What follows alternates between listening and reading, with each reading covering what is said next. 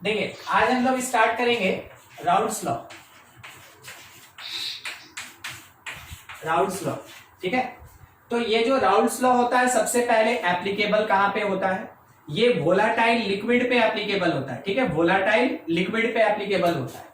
तो पहला चीज कि it applicable on volatile liquid. जो वोलाटाइल लिक्विड होता है उसके ऊपर केवल एप्लीकेबल होता है, यानी कि जब कभी भी कोई एक लिक्विड अपने वेपर में कन्वर्ट होगा, कोई लिक्विड अगर अपने वेपर में कन्वर्ट होगा तो उस टाइम में राउल्स लॉ पे एप्लीकेबल होगा, ठीक है। वो वोलाटाइल कहलाएगा। दूसरा एक चीज कि ये दो टाइप के सॉल्यूशंस पे एप्लीकेबल है। It applicable on two types of solution of volatile liquid। देखिए कौन कौन सा सोल्यूशन कैसा कैसा। सबसे पहला चीज, ठीक है, कि लिक्विड प्लस लिक्विड और लिक्विड कैसा होना चाहिए? मिसिबल होना चाहिए। अगर मिसिबल लिक्विड्स है केवल उसी के ऊपर राउल्स लॉ एप्लीकेबल होता है। जो इमिसिबल लिक्विड्स होता है उसके ऊपर राउल्स लॉ एप्लीकेबल नहीं होता है। तो मिसिबल लिक्विड कहने का मतलब जो पहला लिक्विड सॉल्यूशन होगा या लिक्विड होगा और जो दूसरा लिक्विड होगा, इन दोनों का नेचर सेम होना चाहिए। Polar to polar, non polar to non polar, ठीक है। वही केवल मिसिबल होता है। और जो भी मिसिबल लिक्विड्स होगा, जो भी मिसिबल लिक्विड्स का सॉल्यूशन होगा, राउल्स लॉ उसी के ऊपर एप्लीकेबल होता है। तो पहला चीज ये है कि लिक्विड सॉल्यूशन पे Raoult's law applicable such that liquids are miscible. दूसरा ये सॉलिड लिक्विड पे भी होता है। Solid solute in liquid solvent, इसके ऊपर पे भी ये राउल्स लॉ एप्लीकेबल होता है। तो राउल्स लॉ का जो भी डिस्कशन करेंगे, नाम के साथ केवल एप्लीकेबिलिटी बता रहे हैं और कुछ नहीं। नाम के साथ केवल एप्लीकेबिलिटी बता रहे हैं कि कहां कहां एप्लीकेबल होगा। तो राउल्स लॉ केवल एप्लीकेबल होता है वोलेटाइल लिक्विड में, ठीक है। दूसरा चीज कि राउल्स लॉ कौन से टाइप के सॉल्यूशन में एप्लीकेबल? तो जब एक लिक्विड से मिलेगा तो एप्लीकेबल, जब एक सॉलिड सोल्यूट को लिक्विड सॉल्वेंट में डालेंगे उस जगह पे राउल्स लॉ एप्लीकेबल, ठीक है। कौन आ रहा है? रखिएगा, मान लीजिए एक कंटेनर है। इस कंटेनर के अंदर मेरे पास कोई लिक्विड है, ठीक है। लिक्विड कैसा? वोलेटाइल। और इस कंटेनर को हम क्लोज कर दिए तो ये लिक्विड जो होगा वो कुछ पार्ट वेपर्स में कन्वर्ट होगा, कुछ पार्ट वेपर्स में कन्वर्ट होगा। ये जो वेपर बना, ये बाहर का गैस है या फिर केवल इस लिक्विड का वेपर होगा? बाहर का गैस है कि केवल लिक्विड का वेपर होगा? हम बाहर के गैस का कोई डिस्कशन नहीं करते हैं राउल्स लॉ में। हम लोग किस चीज का डिस्कशन करते हैं? लिक्विड के वेपर का डिस्कशन करते हैं। अभी अभी बोला गया ना कि Raoul's law applicable on volatile liquid. तो ये जो वोलेटाइल लिक्विड है इसका कुछ वेपर में कन्वर्जन हुआ, इस वोलेटाइल लिक्विड का कुछ वेपर में कन्वर्जन हुआ, तो उस वेपर के लिए हम लोग स्टडी करेंगे। अब थोड़ा ऐसे सोचिएगा, क्या पूरा का पूरा लिक्विड मेरा वेपर में कन्वर्ट हो गया? नहीं। मेरा पूरा का पूरा लिक्विड क्या वेपर में कन्वर्ट हुआ? नहीं। तो कुछ पार्ट यहाँ वेपर फॉर्म में, मींस गैसियस फॉर्म में, और कुछ पार्ट यहाँ पे लिक्विड के फॉर्म में। तो अगर हम कुछ भी उसका अमाउंट लेके चलेंगे तो उसका फ्रैक्शन मींस मोल फ्रैक्शन, उसका कुछ फ्रैक्शनल पार्ट वेपर में कन्वर्ट होगा और कुछ यहां लिक्विड फॉर्म में रहेगा, ठीक है। हम लोग को उसी बात पे डिस्कशन करना है। तो लिक्विड मेरे वेपर में कन्वर्ट हुआ, ये वेपर प्रेशर एक्सर्ट करेगा। अब उस प्रेशर का क्या रिलेशन बनता है, यही स्टेटमेंट राउल्स लॉ देता है, ठीक है। तो अकॉर्डिंग टू राउल्स लॉ, अगर हम यहां बात करें, काफी इंपॉर्टेंट चीज है, ठीक है। According to Raoul's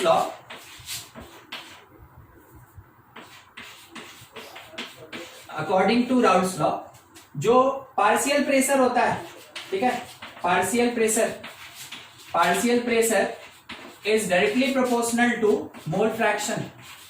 partial pressure is directly proportional to mole fraction. किस चीज का? वोलेटाइल लिक्विड का, ठीक है। जो भी वोलेटाइल होगा उसका जो पार्शियल प्रेशर होगा, अभी समझाएगा आपको।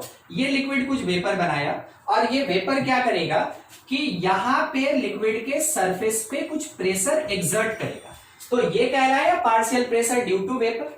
तो जो पार्शियल प्रेशर होगा due to vapour of volatile liquid वो डायरेक्टली प्रोपोर्शनल होगा टू द मोल फ्रैक्शन। ठीक है, ये डायरेक्टली प्रोपोर्शनल होगा टू द मोल फ्रैक्शन।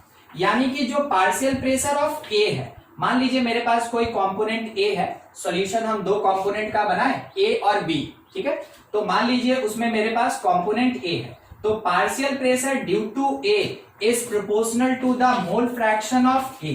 ठीक है, सब्सटेंस ए का जो पार्शियल प्रेशर होगा that is directly proportional to the amount यानी मोल फ्रैक्शन ऑफ सब्सटेंस ए।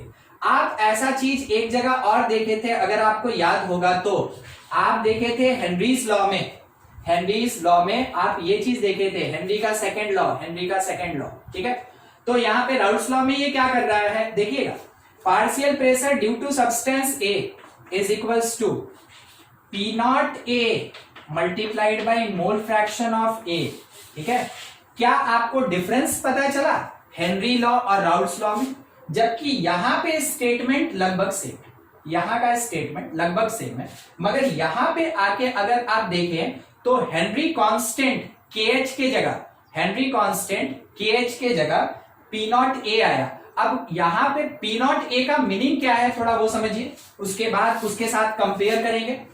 यहां PA जो है PA that is equals to partial pressure due to substance A।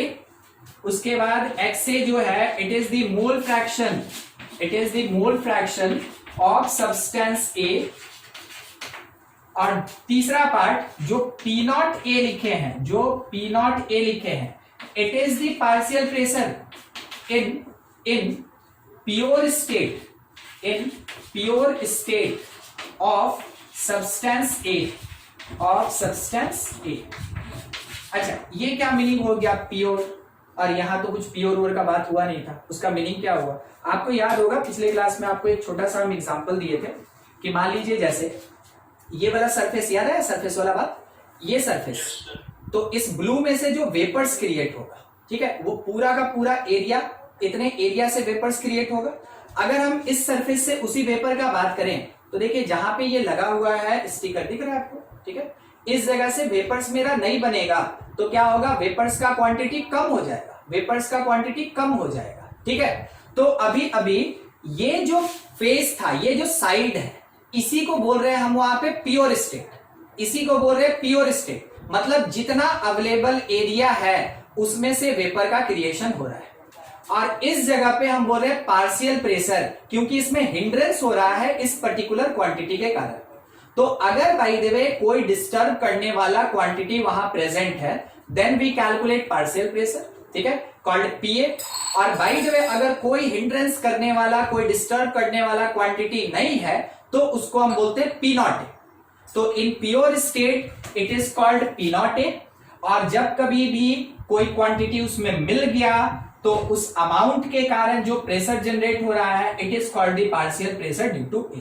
ठीक है, और यहां पे गैस का बात नहीं हो रहा है, यहां पे सिंपल हम लोग कैलकुलेशन किसके लिए कर रहे हैं, यहां पे कैलकुलेशन कर रहे हैं वोलेटाइल लिक्विड के लिए। ठीक है, अब देखिए हेनरी के साथ ये कैसे रिलेटेड, तो एक स्टेटमेंट बनता है, इस बात पे जरूर ध्यान रखें, एक स्टेटमेंट क्या बनता है कि Raoult's law is special case, Raoult's law is special case of Henry's law, ठीक है, हेनरी के लॉ का ये स्पेशल केस होता है। तो क्यों और कैसे, तो देखिए होता क्या है ना कि हेनरी का लॉ जो है वो गैस पे भी एप्लीकेबल और साथ ही साथ वो लिक्विड के वेपर पे भी एप्लीकेबल। मतलब कि अगर लिक्विड वेपर फॉर्म में कन्वर्ट हुआ then it is called gaseous form of liquid. तो गैस के लिए एप्लीकेबल कौन, हेनरी। मगर जो राउल्ट्स लॉ है वो केवल लिक्विड के वेपर के लिए एप्लीकेबल, यानी लिक्विड आया, वोलेटाइल लिक्विड आया तो राउल्ट्स लॉ का नाम आएगा, केवल गैस आया तो राउल्ट्स लॉ का नाम नहीं आएगा। ठीक है, तो अब सोचिए कि अगर गैस और वेपर है तो ये हेनरी लॉ है, अगर केवल वेपर है then it is Raoult's law. तो आपको पता चला हेनरी लॉ जो है वो जनरल केस और Raoult's law is special case. तो Raoult's law is special case of Henry's law, जिसमें क्या होता है कि हेनरी लॉ में हम लोग अभी अभी क्या पढ़े थे ना, वो देख लीजिएगा। हेनरी लॉ में हम लोग ये पढ़े थे कि जो पी ए होगा दैट इज इक्वल्स टू के एच एक्स से, ठीक है। अच्छा, दूसरा राउट्स लॉ में हम लोग अभी अभी क्या पढ़े, अभी अभी हम लोग ये पढ़ रहे थे राउट्स लॉ में कि जो पी ए होगा that is equals to P not A into X. तो आपको ये पता चला कि कौन किससे रिप्लेस हो गया, तो जो के एच था हेनरी कांस्टेंट जो था it is replaced by P not A, it is replaced by P not A. जब भी Henry constant P not A से रिप्लेस होगा यानी कि partial pressure of pure state of substance से रिप्लेस होगा then Henry law become Raoult's law. तो इस कारण से राउट्स लॉ को कहा जाता है हेनरी लॉ का एक स्पेशल केस। आपको बात समझ में आ रहा है कि कैसे राउट्स लॉ स्पेशल केस है और हेनरीज लॉ जो होता है वो एक जनरल केस है। अगर किसी को कुछ दिक्कत है तो आप पूछ सकते हैं। चलिए ठीक है, समझ गए। ये बोर्ड वाला थोड़ा नोट कर लिया, आप इसका स्क्रीनशॉट ले लें फिर आगे बढ़ा जाए। अब इस चीज को हम लोग दो डिफरेंट सॉल्यूशन में अप्लाइड करेंगे। तो in liquid solution, in liquid solution routes law को अप्लाई करेंगे। देखिए मान लीजिए जैसे एक लिक्विड को ए माने और दूसरा लिक्विड जो था वो बी माने, ठीक है। तो इस जगह पे जो लिक्विड ए है इसको हम मान के चल रहे हैं कि ये मेरे पास सॉल्वेंट है, ठीक है, मींस इसका क्वांटिटी ज्यादा, क्योंकि दोनों तो लिक्विड ही है। तो अगर हम डिफरेंशिएट करना चाहें कि कौन सोल्यूट और कौन सॉल्वेंट, तो जस्ट बिकॉज ऑफ क्वांटिटी, जो क्वांटिटी का डिफरेंस होगा उसी के बेसिस पे सॉल्वेंट और सोल्यूट बोलेंगे। तो वही चीज बोल रहे हैं, ए को हम अज्यूम करके चले सॉल्वेंट क्योंकि इसका ज्यादा क्वांटिटी था, और बी को हम यहाँ पे मान के चले सोल्यूट। मगर क्या हमको ध्यान रखना है कि दोनों लिक्विड ही है, और दोनों कैसा लिक्विड, मिसिबल की इमिसिबल, तो मिसिबल, ठीक है। चलिए ए और बी मिलाया गया, सोचिएगा थोड़ा। कंटेनर है, क्लोज है, इसमें पहले से ए था, ठीक है, ए था और इसमें बी मिला दिया गया, इसमें बी मिला दिया गया, ए और बी दोनों हो गया, ठीक है। थोड़ा डॉट से दिखा दे, बी को डॉट से दिखा दे, मगर इसका ये मतलब नहीं है कि ये सॉलिड है लिक्विड है, केवल अलग अलग। अब यहाँ पे जो वेपर होगा यहाँ पे ए भी प्रेजेंट होगा और उसके साथ में बी भी प्रेजेंट होगा, ए और बी दोनों प्रेजेंट होगा। अब किसका अमाउंट ज्यादा और किसका अमाउंट कम, ठीक है, किसका अमाउंट ज्यादा और किसका अमाउंट कम, तो वो डिपेंड करता है किसके ऊपर, क्वांटिटी। ये जो वर्ड आप बोले ना क्वांटिटी, अभी अभी उसी चीज को हम लोग क्या बोल रहे थे, मोल फ्रैक्शन, एकदम ठीक। क्वांटिटी के ऊपर डिपेंड कर रहा है कि यहाँ वेपर्स जो क्रिएट करेगा वो कितना करेगा। तो जिसका क्वांटिटी ज्यादा होगा उसका वेपर्स ज्यादा बन रहा है, तो अपने पास जो वेपर्स ज्यादा बनाया तो ऑब्वियस सी बात है उसके कारण पार्शियल प्रेशर भी तो ज्यादा होगा। समझिए क्या बोले अभी हम बोले ना कि ए का क्वांटिटी ज्यादा था, ए एक प्रेशर लगाया और उसको हम बोले पीए, ठीक है। बी का क्वांटिटी थोड़ा कम था तो बी भी एक प्रेशर लगाया और उसको बोले हम पीबी। आपको क्या लगता है कौन सा प्रेशर ज्यादा होगा, तो जिसका हाँ ए का ज्यादा होगा, क्योंकि क्वांटिटी ज्यादा था, तो वो डिपेंड कर रहा है उसके मोल फ्रैक्शन पे। समझ में आ रहा है, मोल फ्रैक्शन, ठीक है। बस इसी बात को लेके चलिए। अगर हम बोले कि यहां मेरे पास जो स्पेस है इसमें प्रेशर टोटल, जो टोटल प्रेशर है वो प्रेशर ड्यू टू सॉल्यूशन कहलाएगा। हाँ, सबसे पहला चीज वो प्रेशर ड्यू टू सॉल्यूशन कहलाएगा, और वो सॉल्यूशन दो लिक्विड के मिलने से बना। हम यहाँ के प्रेशर को किसी एक का इंडिविजुअल प्रेशर नहीं बोल सकते क्योंकि यहाँ ए और बी दोनों मिक्स है। तो प्रेशर जो होगा ए और बी दोनों को मिला के जनरेट होगा, और उसको बोलेंगे हम लोग प्रेशर ड्यू टू सॉल्यूशन। और pressure due to solution is equals to pressure due to A plus partial pressure due to B. बोलिए ये लाइन आप समझे कि यहाँ पे क्या किया गया और उसको स्टेटमेंट में कैसे लिखा गया, ठीक है। चलिए ठीक है। अब हम लोग ये जानते हैं कि जो इंडिविजुअली पीए होगा, पीए जो होगा it is P not A X A, जैसा अभी पढ़े थे राउट्स लॉ के स्टेटमेंट में। जो पार्शियल प्रेशर बी होगा it is P not B, यानी कि partial pressure due to B in its pure state, partial pressure due to substance B in its pure state multiplied by mole fraction of B. अगर इसी चीज को यहां put करें तो pressure due to solution is equals to लिखा जा सकता है P not A X A और plus P not B x B, ये लिख सकते हैं हम। ये मेरे काम का, बहुत काम का, ठीक है।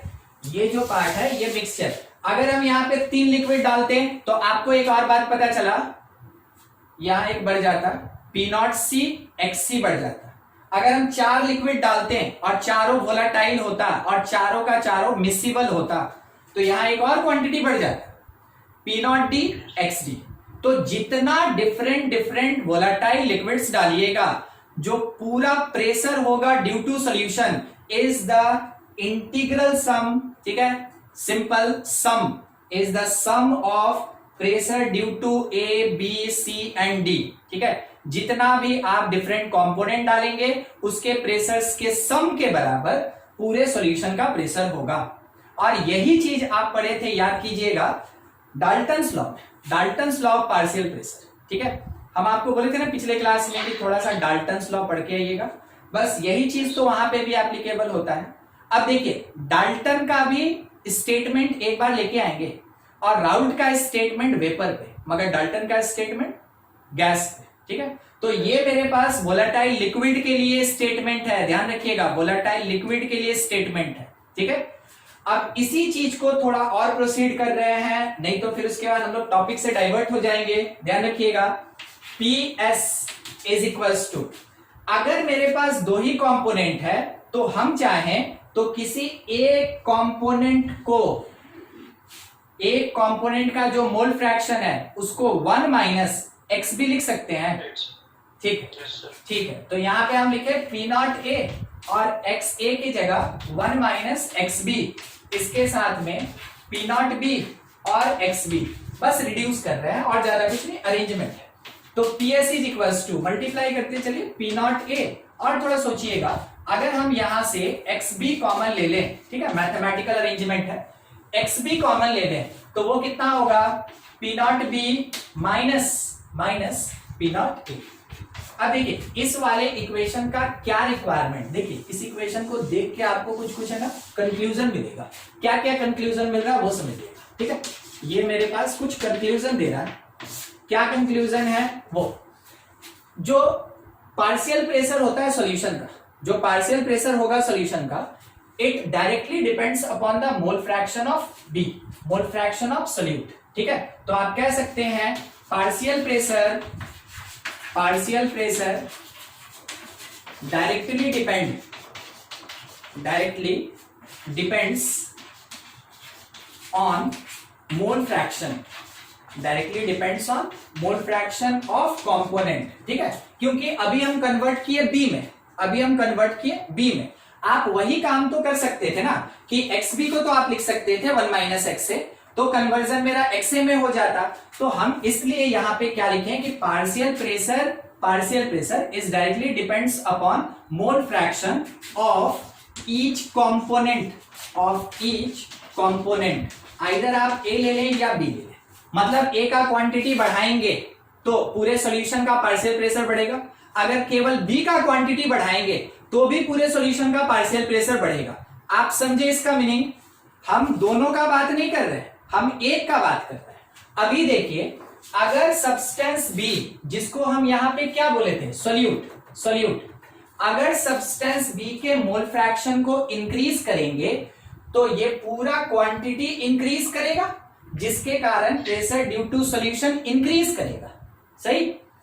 अगर हम इसको एक्सए में रिप्रेजेंट करते हैं, मोल फ्रैक्शन ऑफ ए यानी सॉल्वेंट में रिप्रेजेंट करते हैं, तो केवल सॉल्वेंट का क्वांटिटी बढ़ाने पे, अगर सॉल्वेंट का क्वांटिटी बढ़ाते हैं तो भी मेरा partial pressure due to whole solution increase ही करता।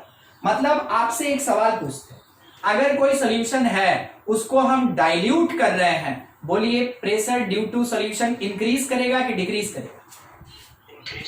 इंक्रीज करेगा, क्योंकि डाइल्यूट कर रहे हैं मतलब सॉल्वेंट बढ़ा रहे हैं, और सॉल्वेंट अगर बढ़ाएंगे तो वैसे केस में क्योंकि partial pressure of solution directly depends upon the mole fraction of either solute और सॉल्वेंट, तो सॉल्वेंट इंक्रीज किए तो पूरा का पूरा पार्शियल प्रेशर भी मेरा क्या होगा, इंक्रीज करेगा। स्टेटमेंट सही समझ में आया?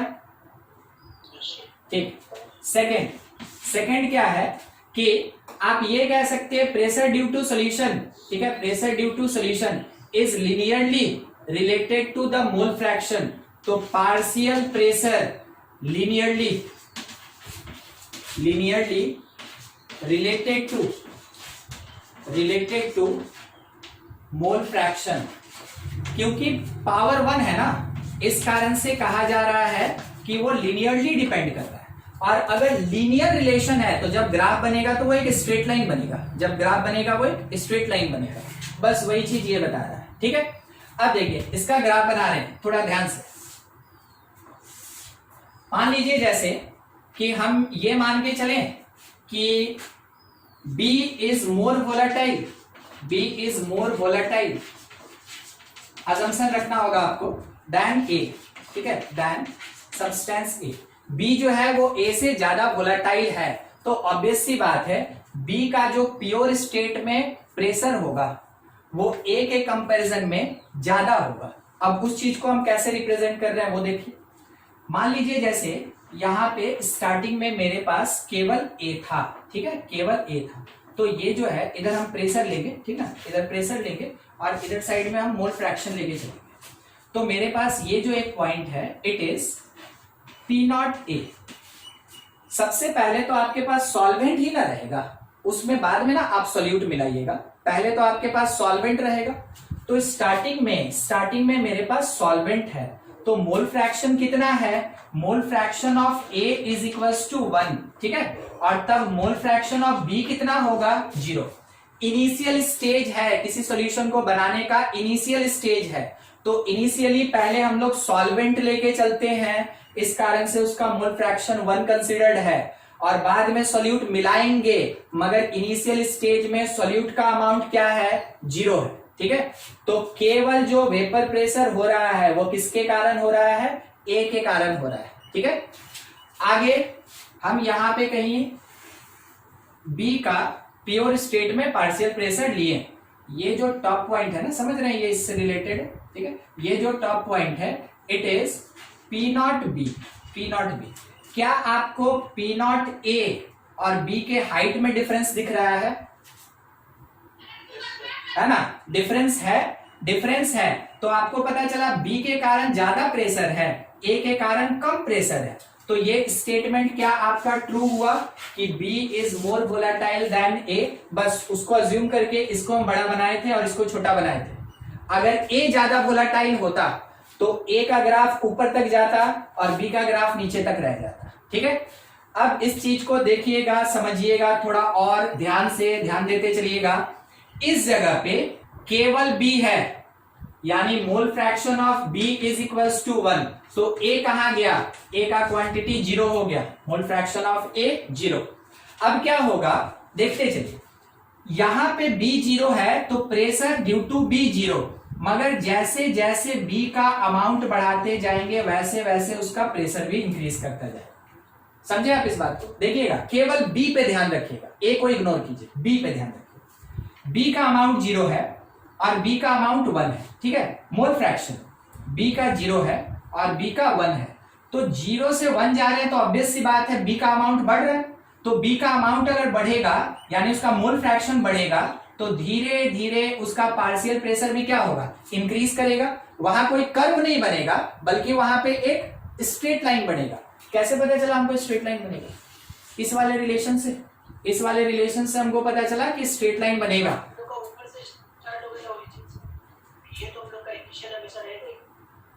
ना बी जो है, बी का अभी डिस्कशन कर रहे हैं उमंग, बी को समझने में कोई दिक्कत है? हाँ, तो बी पे अभी बात कर रहे हैं, ए पे चलेंगे, ठीक है। आपका कहना सही हम सुन लिए थे, ठीक है। बी का अमाउंट 0 से 1 हो रहा है इसलिए ग्राफ बढ़ रहा है, मगर ए क्या था, ए अपने पास स्टार्टिंग में मैक्सिमम अमाउंट में था, 1 था मोल फ्रैक्शन, और मोल फ्रैक्शन क्योंकि ए का देखिए 1 से घट के 0 हो रहा है तो कम हो रहा है, इस कारण से ए के कारण प्रेशर क्या होगा, डिक्रीज करेगा, ठीक है। तो ए के कारण प्रेशर डिक्रीज कर रहा है और बी के कारण प्रेशर क्या हो रहा है, इंक्रीज करता जा रहा है। समझ में आ रहा है बात आपको?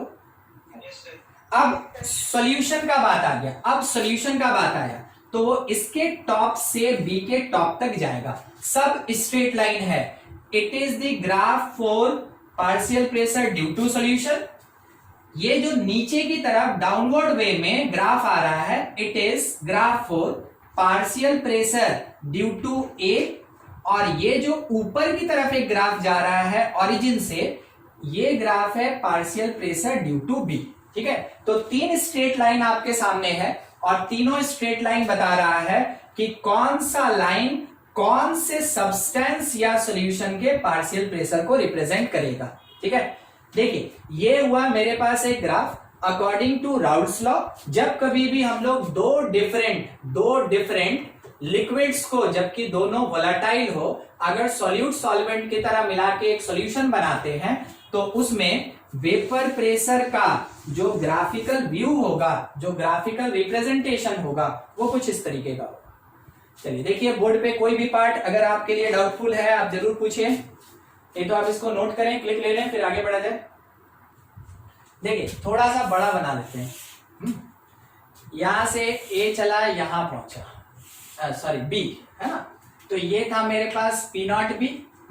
इस जगह पे मेरे पास मोल फ्रैक्शन बी का 1 है और मोल फ्रैक्शन ए का 0 है। ठीक है, फिर उसके बाद ए कहीं यहां से चला और यहां आगे गिर गया। ठीक है, स्ट्रेट लाइन ये है मेरे पास पी नॉट ए, इस जगह पे मोल फ्रैक्शन ऑफ ए 1 और मोल फ्रैक्शन ऑफ बी जो था वो 0। अब बाद में हम सॉल्यूशन का जब बनाए तो सॉल्यूशन का यहां से लेके इस जगह तक जाएगा। ठीक है, और ये होगा पीएस और वो किसके बराबर, it is equals to PA plus PB. Downward way में कौन आ रहा है, पी ए आ रहा है, अपवर्ड वे में कौन जा रहा है, पी बी जा रहा है। आप शायद हमसे ये पूछ रहे थे मिलन, ठीक है, तो वहां पे हम केवल पीएस लिखे और पीएस क्या होगा वो तो यहाँ लिखा हुआ था ना, इसलिए लिखे नहीं थे, अदरवाइज आप इतना लिखेंगे। आप इस जगह पे चाहें तो बिल्कुल इस तरीके से भी लिख सकते हैं। ध्यान दीजिएगा कि अगर आप PB is equals to P not B into X B लिख दें तो भी कोई दिक्कत नहीं, क्योंकि वो रिप्रेजेंट कर रहा है partial pressure due to substance B. अगर आप इस पीए को पीए लिखते हैं तो भी सही, क्योंकि ये पार्शियल प्रेशर ऑफ ए बता रहा है। अदरवाइज आप चाहें तो इसको PA equals to P not A into X A भी लिख सकते हैं, ये भी सही। ठीक है, तो वो बस लिखने के लिए हम केवल बता रहे थे कि हाँ लाइन जो जा रहा है वो किसका लाइन है। आप तो चाहे तो यहां लिख ही सकते हैं। ठीक है, अब कोई कंफ्यूजन नहीं ना? ठीक, हाँ बोलिए। पार्शियल प्रेशर और सॉल्यूशन जो है वो तो सिर्फ दोनों का मोल फ्रैक्शन पर डिपेंड करता है ना, सॉल्यूशन सॉल्वेंट और सॉल्यूट का। सर अगर हम लोग किसी एक का मोल फ्रैक्शन को बढ़ाएंगे तो दूसरे का मोल फ्रैक्शन घटेगा भी ना सॉल्यूशन में, तो सॉल्यूशन में कैसे बढ़ेगा? हाँ देखिए, जो मान लीजिए ना कि यहाँ पे क्या बोला गया कि B का मोल फ्रैक्शन 0 है और उसको बढ़ा के 1 कर दीजिए। ठीक है, तो आपको डिफरेंट लेना होगा, एक ही में आप वैसे कंपेयर तो नहीं कर सकते हैं। मान लीजिए आप 3 सॉल्यूशन रखें, ठीक है, 3 सॉल्यूशन रखें, मगर जब आप 3 सॉल्यूशन रखिएगा तो इसमें A है और B है, मान लीजिए, ठीक है, ऐसा A है और B है, तीन सॉल्यूशन A है और B है। तो हम क्या किए कि A का अमाउंट रखें 0.1 मोल फ्रैक्शन, तो B अपने आप कितना होगा, क्योंकि सॉल्यूशन का मोल फ्रैक्शन मिलके तो 1 होगा टोटल, ये 0.9 हो जाएगा। ठीक है, फिर उसके बाद A को थोड़ा और बढ़ा दिए, ये 0.5 कर दिए। ठीक है, तो B भी कितना हो जाएगा, 0.5 हो जाएगा। ठीक, A को अब हम बढ़ा के कर दिए 0.9। ठीक है, तो मेरे पास B कितना हो जाएगा, 0.1। ठीक, अब इस कंटेनर को क्लोज किया गया, सारा कंटेनर क्लोज है, बिना क्लोज हुए तो प्रेशर बनेगा ही नहीं ना। ठीक है, अब क्या होगा कि यहाँ पे जो भी प्रेशर है उसमें ज्यादा अमाउंट किसका होगा, बी के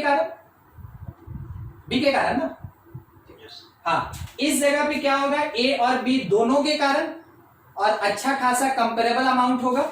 और इस जगह पे प्रेशर सबसे ज्यादा किसके कारण, ए के कारण। तो हमें ऐसे लिखें कि pressure due to A is more than pressure due to B. इस जगह पे हम लगभग लिख सकते हैं, लगभग मान लीजिए कि P A is approximately equals to P B. लगभग बोल रहे हैं, ठीक है, एग्जैक्टली इक्वल नहीं होगा क्योंकि वो डिपेंड कर रहा है पी नॉट पे। इसलिए एग्जैक्टली इक्वल नहीं होगा, तो इक्विवेलेंट मान के चल रहा है, ठीक है, अप्रोक्सीमेटली। इस जगह पे हम एक स्टेटमेंट आराम से दे सकते हैं कि जो मेरे पास पी बी होगा it is greater than P A, B के कारण ज्यादा ए के कारण कम।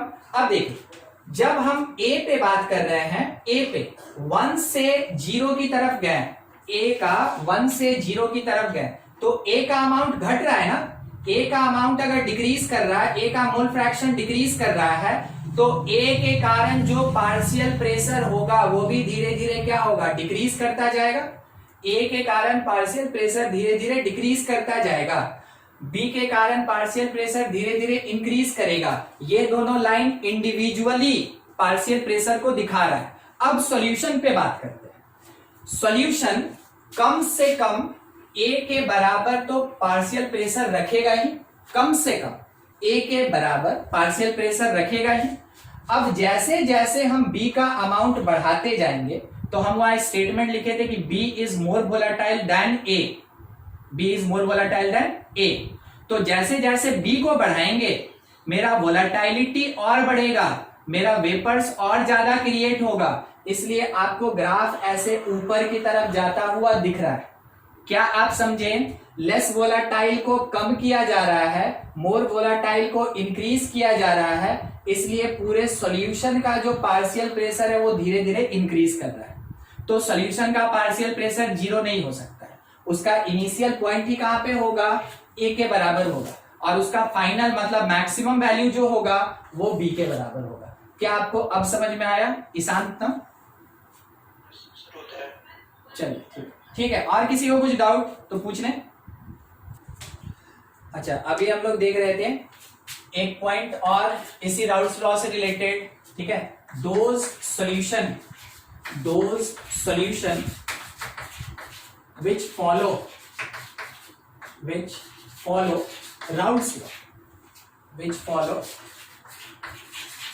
Raoult's law called, ये ज्यादा बड़ा कुछ नहीं क्योंकि क्वेश्चन में ये वर्ड सुनने को मिलेगा, इसलिए हम आपको लिखवा दे रहे हैं, ठीक है। जो भी सॉल्यूशन राउल्ट्स लॉ को फॉलो करेगा उसको हम लोग बोलते हैं ideal solution, called ideal solution, ठीक है, उसको आइडियल सॉल्यूशन कहा जाता है। जो भी राउल्ट्स लॉ को फॉलो करेगा उसको हम लोग क्या बोलेंगे, आइडियल सॉल्यूशन कहते हैं, ठीक है। तो ये वर्ड जब भी आपके क्वेश्चन में आएगा ना आइडियल सॉल्यूशन, तो इसका मतलब हो गया कि कुछ ज्यादा बड़ा नहीं, हमको वहां पे राउल्ट्स लॉ लगाना है। वैसे इसका डिस्क्रिप्शन मिलेगा आपको जब हम लोग आइडियल नॉन आइडियल राउट्स के बाद पढ़ेंगे, उस समय हम इसको डिस्क्राइब करेंगे। अभी आपके क्वेश्चन में ये वर्ड मिलेगा तो कंफ्यूज ना हो, आपको वहां पे राउल्ट्स लॉ लगाना है, बस वही बात बता दिया गया, ठीक है। अगला चीज, दूसरा हम लोग क्या देखे थे, दूसरा हम लोग लिखे थे ना सॉल्यूशन ऑफ, याद है राउल्ट्स बोले थे 2 सॉल्यूशन पे लगेगा, तो एक तो ले लिए लिक्विड लिक्विड, अब दूसरा लेके चलिए सॉल्यूशन ऑफ सॉलिड सॉल्यूट। ध्यान रखिएगा ये नॉन वोलेटाइल है, ठीक है, एंड लिक्विड, और ये लिक्विड कैसा, वोलेटाइल है, सॉल्वेंट, ठीक है। तो सॉलिड इन लिक्विड ऐसा सॉल्यूशन है, सॉलिड इन लिक्विड ऐसा सॉल्यूशन है। सॉलिड कौन से टाइप का, नॉन वोलेटाइल, लिक्विड कौन से टाइप का, वोलेटाइल। जैसे ये मेरे हाथ में चौक है, अगर हम इसको हाथ में ऐसे रखे हुए हैं, आप देख रहे हैं, हम भी देख रहे हैं, सब कोई देख रहा है, मान लीजिए आधा घंटा 1 घंटा दिन भर देखते रहेगा, कल तक देखते रहेगा, उड़ जाएगा, नहीं गया, मतलब ये कौन है, नॉन वोलेटाइल, ठीक है, ये होता है नॉन वोलेटाइल। अच्छा, मान लीजिए एक प्लेट में थोड़ा सा पानी दे दिया गया, हम भी देख रहे हैं, आप भी देख रहे हैं, सब कोई देख रहा है, बोलिए तो 1-1.5 घंटे के बाद हल्का सा पानी है, ठीक है, उड़ जाएगा कि नहीं उड़ेगा, उड़ जाएगा, मतलब आप क्या बोले कि वो वोलेटाइल है, सही। अगर वहां से वो गायब हो गया तो प्रोसेस कैसा चल रहा है, इवेपोरेशन चल रहा है, लिक्विड जो था वो वोलेटाइल है और वो लिक्विड कन्वर्ट हो गया वेपर में, ठीक है, उसी को हम लोग जनरल लैंग्वेज में कह रहे हैं कि उड़ गया, ठीक है। तो लिक्विड कैसा होना चाहिए, वोलेटाइल, और सोल्यूट कैसा होना चाहिए, मींस सॉलिड सोल्यूट कैसा, नॉन वोलेटाइल। तो अगर हम लोग को सिखाया गया जैसे वैसे पी ए हम क्या लिखें, P0 A XA, ठीक है। आप ध्यान रखिएगा ए मेरे पास सॉल्वेंट है और बी मेरे पास सोल्यूट है, नाम जैसा हम लेके चलेंगे उसके हिसाब से हम ऐसा अज्यूम कर रहे हैं, ठीक है। तो अभी सॉल्वेंट के बारे में लिखें, सेम ऐसे ही हम सोल्यूट पीबी के बारे में लिख सकते हैं कि P not B into X B.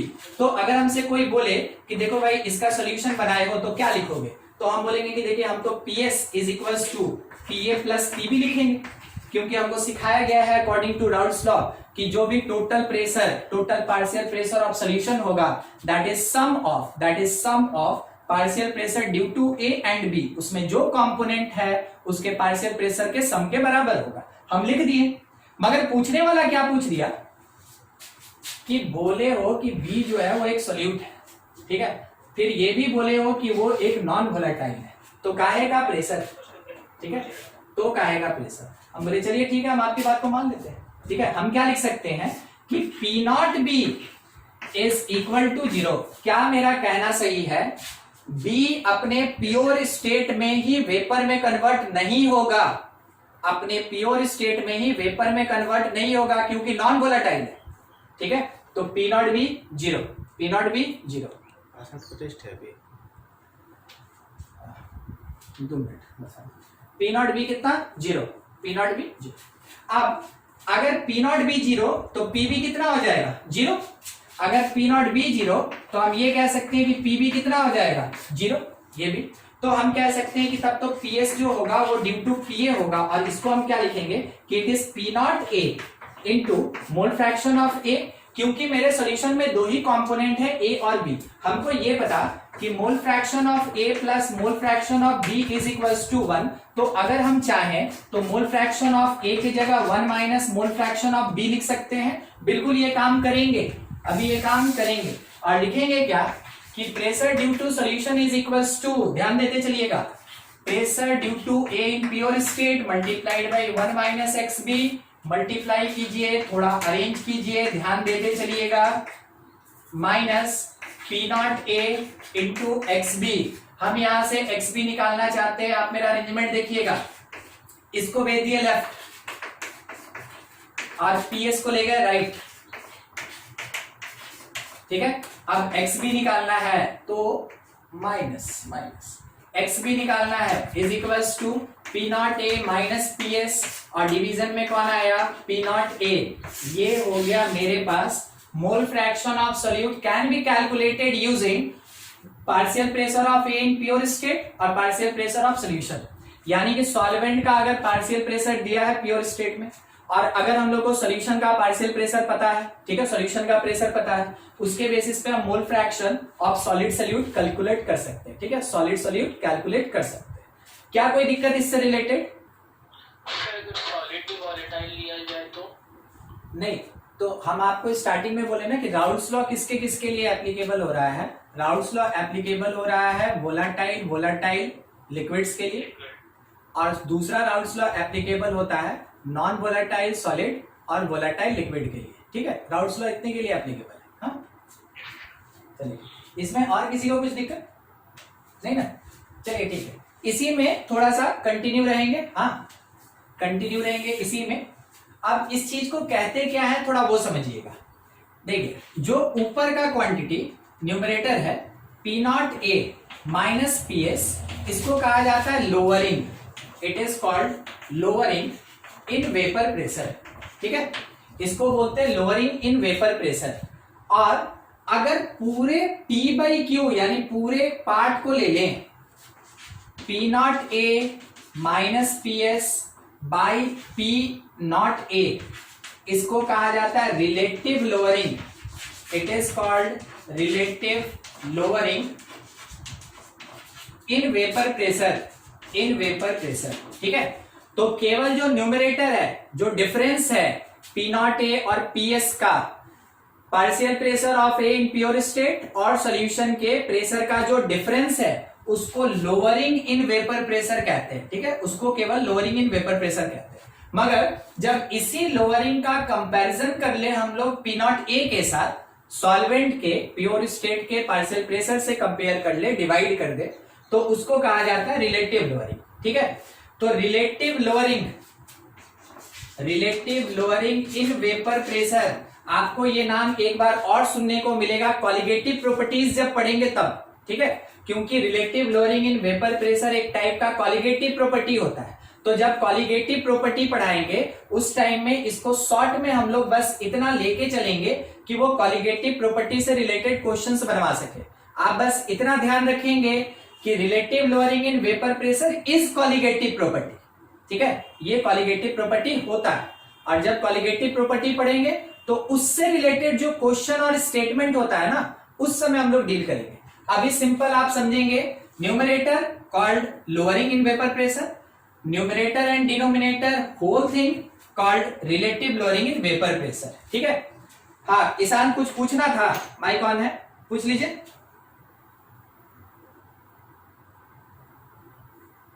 नहीं, अच्छा ठीक, चलिए वो लास्ट वाला पार्ट भी आप नोट कर लेंगे, थोड़ा हटाए आगे बढ़ा जाए, ठीक। आगे देखिएगा, अभी जो पार्ट आया अब उसी के बेसिस पे जो लास्ट रिलेशन लिखे थे ना, उसी के बेसिस पे ध्यान दीजिएगा। कैलकुलेशन कर रहे हैं, calculation of molar mass, calculation of molar mass of solute, calculation of molar mass of solute using relative lowering in vapour pressure, ठीक है। Relative lowering in vapour pressure को यूज करके जो मोलर मास होता है उसका कैलकुलेशन करते हैं हम लोग। ये देखें, जो relative lowering in vapour pressure होता है अकॉर्डिंग टू राउट्स लॉ, वो क्या होता है कि जो मोल फ्रैक्शन बी का है, ठीक है, यानी कि सॉल्यूट का, that is equals to P not A solvent minus P S solution by P not A, ठीक। हो सकता है आपके क्वेश्चन में ऊपर वाला क्वांटिटी मीन्स ये डिफरेंस और नीचे वाला क्वांटिटी अलग अलग दिया हो, या आपके क्वेश्चन में ये भी हो सकता है कि इंडिविजुअली हर एक डेटा दिया हो, ठीक है। तो अभी हम लोग बस ये पार्ट करेंगे, फिर इसके बेसिस पे जो भी हम लोग 3 चीज अभी तक पढ़े हैं उसके बेसिस पे न्यूमेरिकल्स प्रैक्टिस करेंगे। पहले इसको खत्म करते हैं। देखिए यहाँ पे जो मोल फ्रैक्शन बी लिखा, उस मोल फ्रैक्शन बी को हम क्या लिख सकते हैं, mole fraction of B is NB by A plus B, यही होगा। Number of moles of B by number of moles of A plus number of moles of B, और ये पूरा एक क्वांटिटी है, ठीक है, इसमें हम कोई चेंज ही नहीं करेंगे। ये relative lowering in vapour pressure है, ठीक है। हो सकता है आपके क्वेश्चन में पूरा ये क्वांटिटी का ही वैल्यू दिया हो, तो आप इसके लिए कैलकुलेशन करते हैं। अब थोड़ा सोचिएगा, जब भी ये एप्लीकेबल होगा तो एक डाइल्यूट सॉल्यूशन में, अभी आप बोले थे ना आइडियल सॉल्यूशन, एक वर्ड यूज किए थे आइडियल, ठीक है। Yes sir. तो आइडियल कब होगा, जब वो डाइल्यूट होगा, बहुत ज्यादा डाइल्यूट होगा, वो आइडियल बिहेवियर करता है। हाँ, आप ये भी देखे थे ग्राफ में कि जो मेरे पास कम वोलेटाइल था उसका अमाउंट हम कम किए थे, और जो ज्यादा वोलेटाइल था उसका अमाउंट बढ़ाए थे, सही है, ठीक है, बढ़ाए थे। तो जैसे जैसे हम सॉल्वेंट का अमाउंट बढ़ाते जाएंगे वैसे वैसे क्या होगा, मेरा सोल्यूशन डाइल्यूट होगा। तो in very dilute solution, very dilute solution क्या होता है, जो number of moles of solute होगा is much smaller than number of moles of solvent. Solvent का अमाउंट बहुत, सोल्यूट का अमाउंट कम। इस कारण से हम इग्नोर कर सकते हैं कि Na प्लस Nb, हम किसको इग्नोर कर सकते हैं, Nb को, कब, जब A के साथ मल्टीप्लाई होगा, is approximately equals to number of moles due to solvent. क्या आप ये लाइन समझे, ऐसा काम आप इक्विलिब्रियम में क्लास 11 में बहुत बार किए हैं, तो बस वैसा ही कुछ यहाँ मिलता जुलता है। Na plus Nb is approximately equals to number of moles due to solvent. क्यों, क्योंकि सोल्यूशन मेरा बहुत डाइल्यूट है, तो सॉल्वेंट के कंपैरिजन में जो सोल्यूट का अमाउंट होगा वो काफी कम होगा, बस वही चीज। आगे बढ़ते हैं, देखते चलिए आगे बढ़ते हैं। हम इस क्वांटिटी को थोड़ा सा लेफ्ट में लिख रहे हैं, P not A minus P S by P not A is the relative lowering in vapour pressure equals to, अब यहां एनबी और नीचे केवल कौन, Na, number of moles of B और नीचे number of moles of A. कोई बताएगा नंबर ऑफ मोल्स को बी को अगर हम W B by M B लिखें, ठीक है, तो कोई दिक्कत नहीं। अगर हम इसको ऐसे लिखे, एन ए को mass of A by molar mass of A, थोड़ा सा नोटेशन हमको बदलना होगा। देखिए नोटेशन हम क्या बदलना चाहते हैं ना, कि अगर मास के लिए हम W स्मॉल यूज किए ड्यू टू बी, तो इसका मोलर मास भी हम स्मॉल में ही यूज करेंगे। और इसके साथ में नंबर ऑफ मोल्स ऑफ ए, तो नीचे में क्या यूज होगा, मास ऑफ ए, और ऊपर यूज होगा मोलर मास ऑफ ए। क्या आप इस बात को समझे, WB/MB is equals to MB और WA/MA is equals to NA, वो लिख दिया गया। और ये पूरा पार्ट किसके equal, P0A minus PS by P0A के इक्वल, मतलब relative lowering in vapour pressure के इक्वल। हम आपसे क्या बोले कि हम किसको कैलकुलेट करना चाहते हैं, हम मोलर मास सॉल्यूट का निकालना चाहते हैं। तो मेरा सॉल्यूट B है कि A है? B है, मतलब हम ये निकालना चाहते हैं स्मॉल लेटर का MB जो मोलर मास है सॉल्यूट का, वो कैलकुलेट करना चाहते हैं। तो उसके लिए अरेंजमेंट कर ले, एक छोटा अरेंजमेंट है, molar mass of B is equals to ये पूरा quantity P0A minus PS by P0A, और इसके साथ मल्टीप्लीकेशन क्या होगा, सर उल्टा हो जाएगा नहीं? अरे हाँ यार,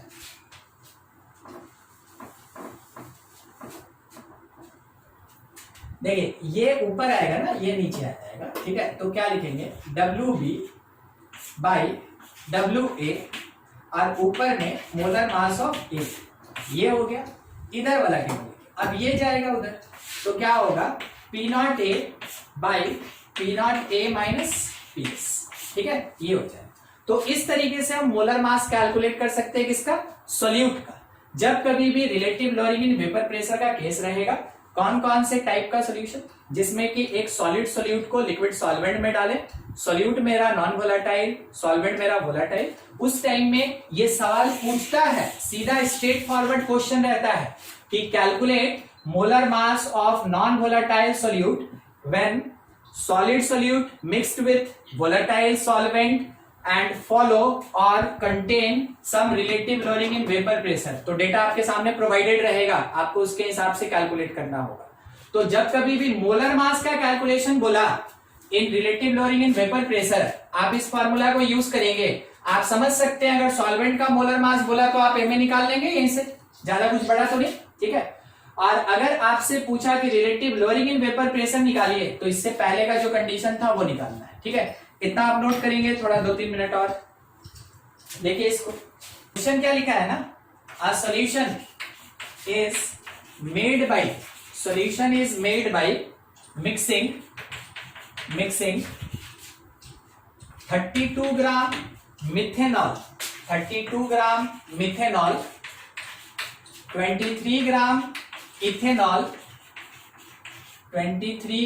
इथेनॉल, ठीक है, at 300 Kelvin।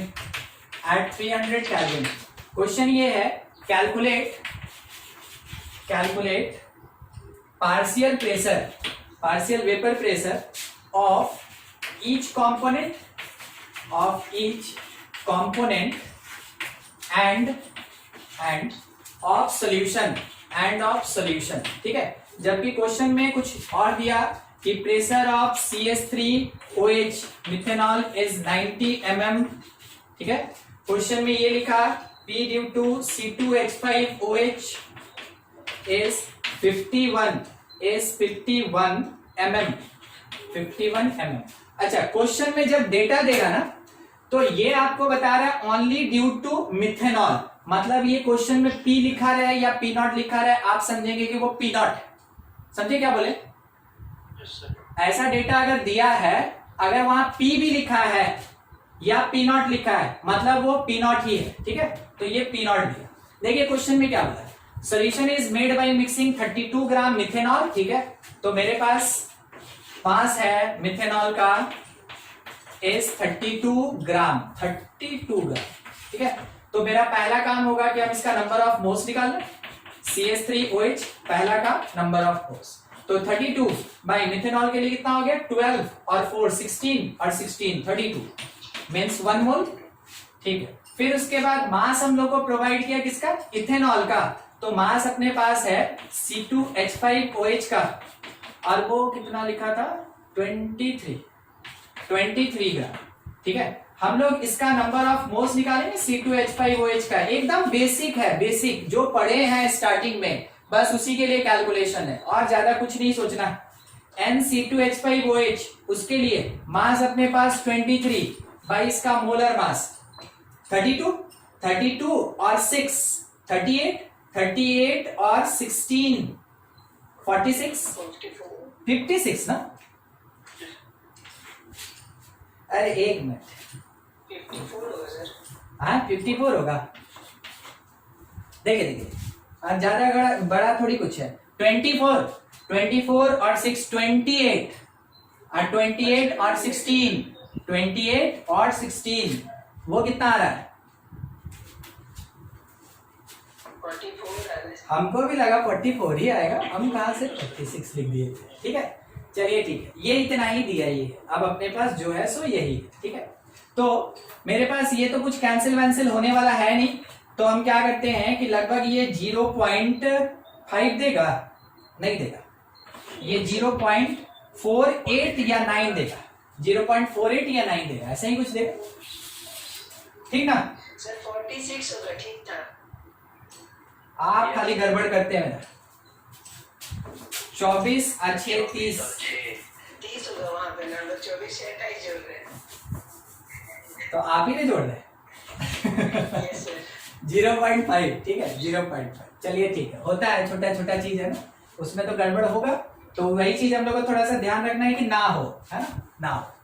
Finally mole fraction of CH3OH that is equals to, हम लोग लिखे number of moles of CH3OH और डिवीजन में अपने पास total number of moles due to OH और ड्यू टू C2H5OH। तो मेरे पास नंबर ऑफ मोल्स CH3OH का है 1 और टोटल कुल मिला के मिला हमको 1.5। ठीक है 1.5, ये मेरे पास कितना दे दिया? इट इज 10/15 कहने का मतलब 2/3 कहने का मतलब 0.66। ठीक है it is the mole fraction of CH3OH। अब एक बार अगर मोल फ्रैक्शन ऑफ C2H5OH बता दिया जाए तो काम बन जाएगा। 1 माइनस 0.66। हाँ तो कितना होता है? सर हो जाएगा 0.34। 34। ठीक है ले लिया हम लोग। तो A और B जैसे मेरे पास सोल्यूट और सॉल्वेंट होता है वैसे ही CH3OH और C2H5OH ले लिया। अब आगे का काम क्या है कि दोनों का P नॉट दिया तो इंडिविजुअल प्रेशर निकाले। तो pressure due to CH3OH formula पढ़े according to Raoult's law, P not of methanol multiplied by mole fraction of methanol. मेरे पास P नॉट दिया मिथेनॉल का 90 mm। ठीक है और यहाँ मोल फ्रैक्शन मेरे पास मिथेनॉल का 0.66। इसी चीज को हम 2/3 समझ के अगर काम करें, ठीक है इसी चीज को अगर हम 2/3 समझ के काम करें तो आपको थोड़ा सॉल्व करने में आसानी हो जाएगा। 60 mm 60 हो रहा है ना। ठीक है 3 से 90 30 टाइम में multiplied by 2 60 mm of Hg। फिर pressure due to C2H5OH, pressure due to C2H5OH, तो P नॉट ऑफ C2H5OH और multiplied by mole fraction of C2H5OH। देखते चलिए डेटा क्या क्या दिया। 51 और उसके साथ में 51 और ये 1/3 मान ले, 1/3। अगर 2/3 लिए थे तो 1/3 ले लेते हैं। तो ये कितना दिया 17 ना, 17 mm ऑफ Hg। दोनों कंपोनेंट का पार्शियल प्रेशर अलग अलग कैलकुलेट कर लिए इन सॉल्यूशन। अब लास्ट मेरा काम क्या है कि पूरे सॉल्यूशन का क्या प्रेशर होगा वो निकालना। तो हम लोग पढ़ेंगे जो PS होगा that is equals to P first यानी मिथेनॉल 27 CH3OH और plus pressure due to ethanol. ठीक है बस हम लोग को दोनों को ऐड कर देना है। 60 + 17 ठीक है 77 mm of Hg, 77 mm of Hg। अगर आपका क्वेश्चन mm में दिया आप अपना आंसर mm में रखें, बार में दिया तो बार में रखें, ATM दिया ATM में रखें। ठीक है क्योंकि देखिए क्यों उसमें कोई डिफरेंस नहीं आता है, क्योंकि यूज तो करते हैं यहाँ मल्टीप्लीकेशन में मोल फ्रैक्शन ना, और मोल फ्रैक्शन जो होता है वो डायमेंशन लेस होता है। ठीक है मतलब वो यूनिट लेस होता है। हाँ तो अगर यूनिट लेस होता है तो आप प्रेशर का जो दिया है यूनिट उसी यूनिट में आंसर निकाल दें। देख लीजिए कुछ डाउट है तो पूछ लीजिए। एकदम स्ट्रेट फॉरवर्ड क्वेश्चन था, राउट्स लॉ जो था उसके बेसिस पे एकदम स्ट्रेट क्वेश्चन। हो गया, हटा है। अच्छा, एक क्वेश्चन और देखा जाए थोड़ा। देखिए क्वेश्चन क्या है, the vapour pressure of pure benzene at temperature T is 0.850 बार, ठीक है, बार। नॉन वोलाटाइल, एकदम आपको स्टेटमेंट को ध्यान में रखते हुए चलना है, ठीक है। Non volatile solid of mass 0.5 gram added to 39 gram of benzene. Vapor pressure of solution is 0.845 bar. What is molar mass of solid? ये निकालना है हमको कि क्या होगा। देखिए डायरेक्ट सवाल पूछा, अभी लास्ट में जो रिडक्शन किए थे कैलकुलेशन ऑफ मोलर मास, बस उसी बेसिस पे ये बनेगा। हम लोग से ये बोला कि अ नॉन वोलेटाइल सॉलिड, मतलब हम समझे फर्स्ट वाला कंडीशन की सेकंड वाला कंडीशन, राउट्स वाला सेकंड वाला कंडीशन, तो उसमें लोअरिंग इन वेपर प्रेशर तो होगा ही, ठीक है, लोअरिंग इन वेपर प्रेशर तो उसमें होगा ही। समझ में आ रहा है क्या बोले अभी? Yes sir. हाँ ठीक है, इस स्टेटमेंट से हमको पता चला कि relative lowering in vapour pressure होगा। थोड़ा जो डेटा है ना उसको हम लोग नोटेशनल फॉर्म में लिख लें। Vapour pressure of pure benzene at temperature T is इतना, क्या दिया है वो P नॉट दिया है, वो P नॉट है बेंजीन का 0.85 बार, ठीक है। उसके बाद non volatile solid of mass दे दिया हम लोग को सॉलिड का, जो सॉल्यूट था is 0.5 gram added to 39 gram C6H6. It is the mass of solvent C6H6, कितना 39 ग्राम।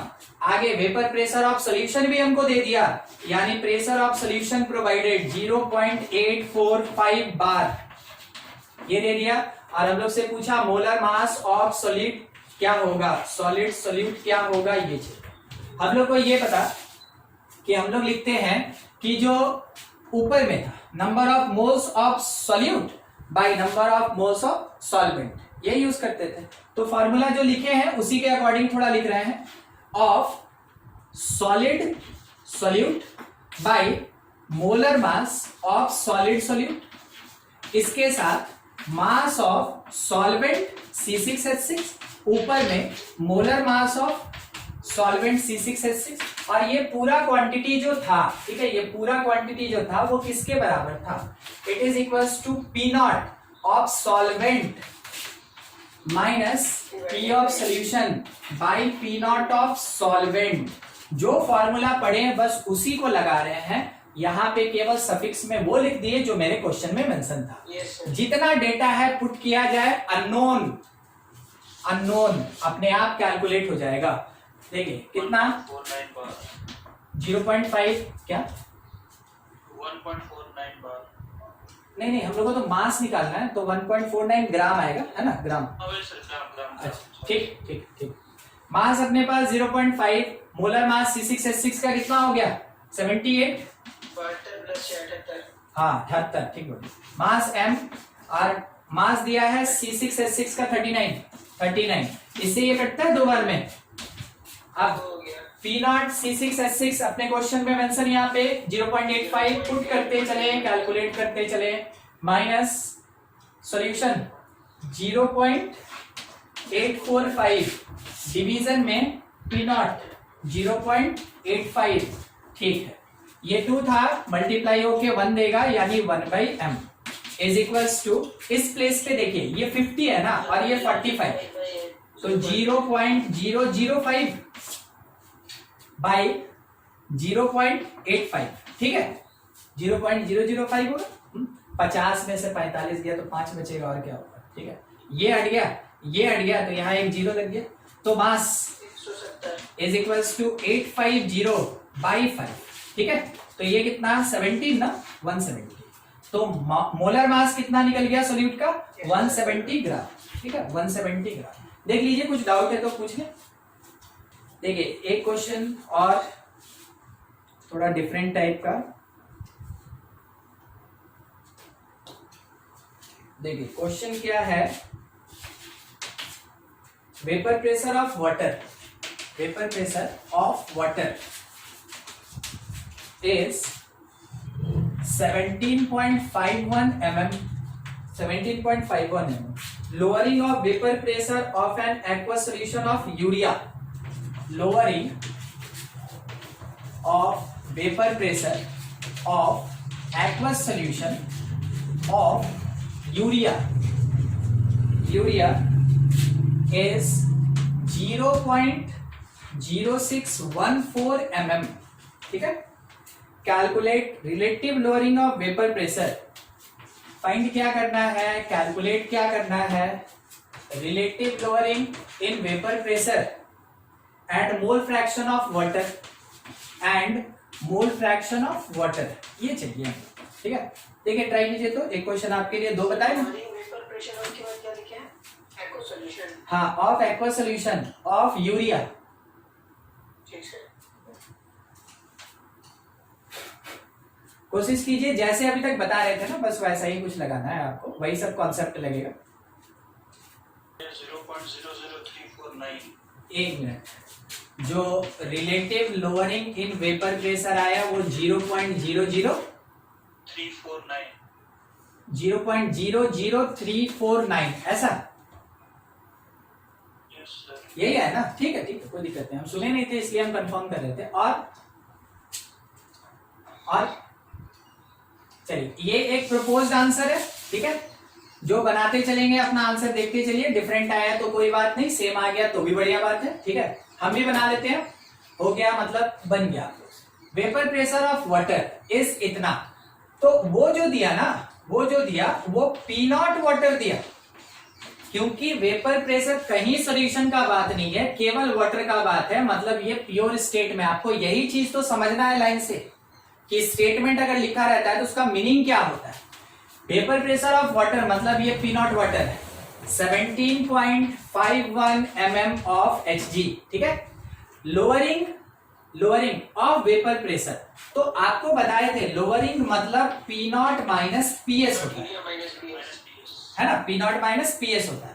तो ये अपने क्वेश्चन में दिया कुछ, ठीक है, कितना दिया, 0.0614। चलिए ठीक है, कैलकुलेट करने बोला रिलेटिव लोअरिंग, तो relative lowering in vapour pressure that is equals to formula पढ़े हैं कि P0 minus PS by P0। तो हमको तो बस क्या करना है, डिवीजन करना है। ये क्वांटिटी 0.0614 और इसके डिवीजन में आ गया कितना, 17.51। आप इसको सॉल्व किए, यही सॉल्व किए थे ना आप, ये आंसर जो बताए थे हमको, यस सर। ठीक है। तो ये देखिए, हम सॉल्व नहीं कर रहे हैं, आप लोग है ना अपना करके देख लीजिएगा। अभी मेरे पास सॉल्व किया हुआ आंसर है, स्टूडेंट हमको दिया है तो हम उसका थोड़ा लाभ उठा लेते हैं। सर जीरो में नीचे में जो P0 है सर, हाँ, वो भी तो यूरिया का ही होगा ना सर। नहीं सॉल्व। यस सर, P0 का H2O करना दिया हुआ है, और रिलेटिव वाले में जो डिनोमिनेटर में P0 तो यूरिया का ना होना चाहिए। ओह अच्छा, हाँ रुकिए, अरे बहुत अच्छा, आप लोग सवाल उठा लेते हैं, ऐसा ना। इसको पढ़िए, क्या लिखा है, एक्वा सॉल्यूशन ऑफ यूरिया, तो सॉल्वेंट कौन, वाटर सॉल्वेंट वाटर। तब काहे यूरिया के पीछे पड़े हुए, ठीक है, समझे नहीं? अच्छा हाँ अरे रुकिए, हाँ सर समझ गया। हिंदी बताते हैं। यूरिया का वाटर में सॉल्यूशन, ठीक है, तो यूरिया डाले, कहाँ डाले, वाटर में डाले, तो वाटर कौन, सॉल्वेंट, यूरिया कौन, सॉल्यूट, ठीक है, समझ गए होंगे लगता है ना, ठीक है, चलिए ठीक है। Yes sir. हाँ, अभी भी कुछ डाउट होगा आप बिल्कुल डिस्कस कर सकते हैं, उसके लिए चिंता नहीं कीजिए। अगर आपको कुछ भी डाउट है कि नहीं सर नहीं समझ में आया, कैसे आप बोल दिए हमको, पूछ लीजिए उससे, ठीक है। चलिए ठीक, रिलेटिव लोअरिंग हो गया। अब मोल फ्रैक्शन ऑफ सॉल्यूट, तो सॉल्यूट कौन था मेरे पास, यूरिया था ना, H2O। हाँ क्या यूरिया? नहीं सर, स्ट्रो का निकालिए बोले। रुकिए रुकिए, हम यहाँ लिख दे, जो यूरिया है वो सॉल्यूट है, जो वाटर है वो सॉल्वेंट है। ठीक है, अब कंफ्यूज मत कीजिएगा। हाँ, ये हो गया। ठीक है, अब हमको मोल फ्रैक्शन सॉल्यूट का निकालने का तरीका राउल्ट्स लॉ से मिला था कि P not minus P S by P not होगा। ठीक है, तो हम लोग ऑलरेडी कैलकुलेट कर चुके हैं। It is equals to 0.00349। आप इसको 10 के पावर में भी चाहे तो लिखिए। तो ये तो मेरे पास किसका मिला, ये मेरे पास मिला सॉल्यूट का, मगर क्वेश्चन डिमांड हमसे किसका किया है, सॉल्वेंट का। तो क्या हम इस, हाँ एकदम ठीक, 1 minus the mole fraction of urea solute that is equals to the mole fraction of water. तो सिंपल 1 में से सब्ट्रैक्ट कर दें, 1 माइनस 0.0034 निकाल लीजिएगा ना। हाँ, बस इतने ही आंसर होगा। ठीक है, समझ गए। उत्कर्ष, आपको भी डाउट हो गया था इसमें यूरिया को लेके? Yes sir. अब ठीक है, यस सर। चलिए ठीक है, आज यही खत्म करते हैं। अगले क्लास में ये थोड़ा और कंटिन्यू रहेगा, इस पे और डिफरेंट टाइप का कुछ क्वेश्चंस करेंगे पहले, उसके बाद ये कंटिन्यू रहेगा। अभी ये खत्म नहीं हुआ है, वेपर प्रेशर और राउल्ट्स लॉ। ठीक है, चलता रहे।